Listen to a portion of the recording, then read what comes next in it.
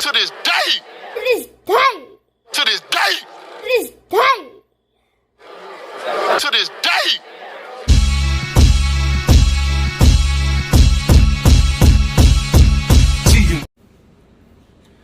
What's up, fight fans? This is Kurt DeVille with Counterpunch Boxing News, and I have some new news concerning Derek Chisora. Get this. Derek Chisora questions Tyson Fury's hunger and predicts Dillian Whyte to cause shock upset in the world title fight. Dillian Whyte can cause a huge shock and beat Tyson Fury, according to Derek Chisora. And Derek Chisora had this to say. He said, the problem is, when fighters make 20, 30, or 40 million, they're not hungry anymore. There's only one fighter who has ever been hungry when he's made 100 million pounds, and that's Floyd Mayweather. When the rest of the fighters make all this money, they're not hungry anymore. They just do it for the sake of doing it. But when someone who is hungry and wants it more, like Dillian right now, he's going to come in and die in the ring that day. Chisora first fought Fury in 2011, losing on points. Their rematch went even worse for War as he was pulled out by his corner after 10 one-sided rounds. Many thought Chisora deserved the win when he first fought Whyte in 2016, going down on a split decision, but there was no need for judges in their second clash 2 years later when Chisora was knocked out by the body snatcher. Okay, so meanwhile, Fury has labeled Whyte an idiot for delaying the signing of their $30 million showdown and haggling over more funds. The 34-year-old body snatcher is due almost for $6 million, rising to $9 million if he wins the WBC heavyweight title in April 23rd. But the bona fide pay-per-view attraction and the long-time mandatory challenger, he has been pushing for a larger slice of the record-breaking purse. Okay. Let me stop there. So, according to Derek Chisora, he has Dillian Whyte beating Tyson Fury. And what do I feel about that? Based on the reasons that he's using, he's absolutely right. He's absolutely right. I see an upset. I just see a weird upset. Why? The constant cycle that Tyson Fury has done in the last few years, I think that's going to be set up for his failure. He has made a lot of money. Now he does vow to focus. He did cut everybody off the internet, social media and all that stuff, I think as of yesterday or the day before, right? Because I'm kind of behind time. But if he's not hungry, Dillian Whyte can come in and do exactly what he said he's going to do. Okay, because Dillian Whyte may be looking at this, that silence, he made it let it burn, in his membrane, right?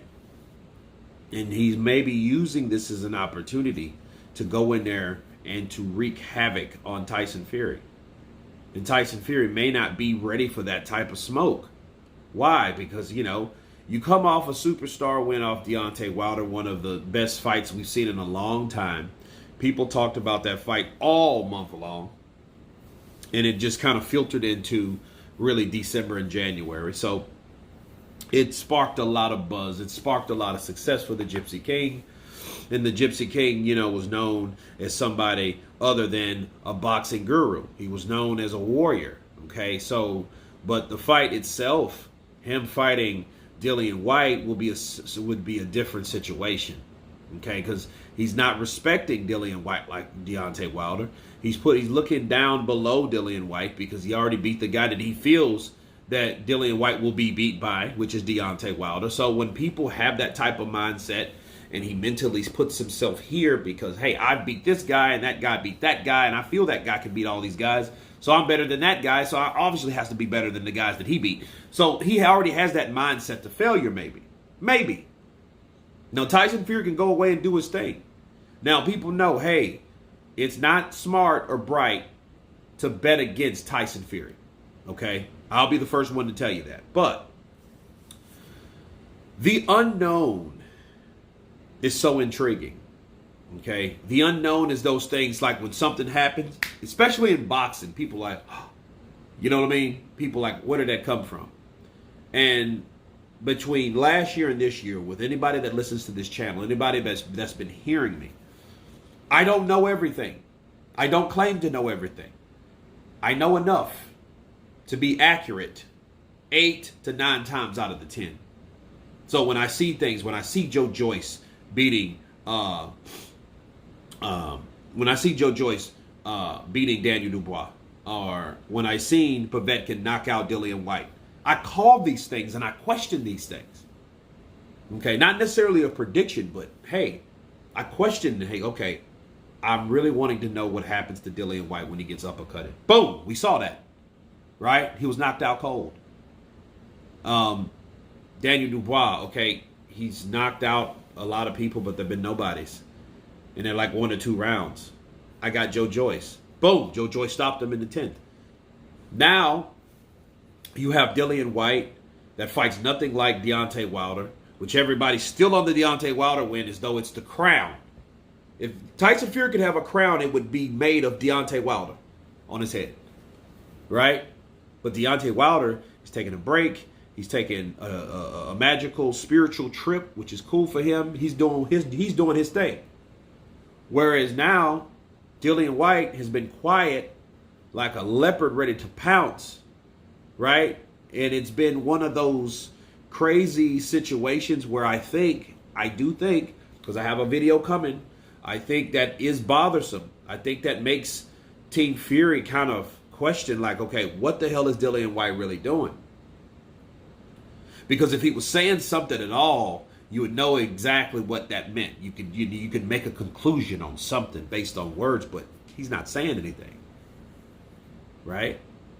So that's what makes it that much intriguing, based on losing the purse bid, reflection on his promotional company. Pretty much it looked like they failed him. So he doesn't have anybody but him. And back to what Derek Chisora is saying, I agree with, because it's that time when people expect the best thing, right? They expect the best thing out of the worst situation. The best thing out of the worst situation. And I think Dillian Whyte is going to show people that.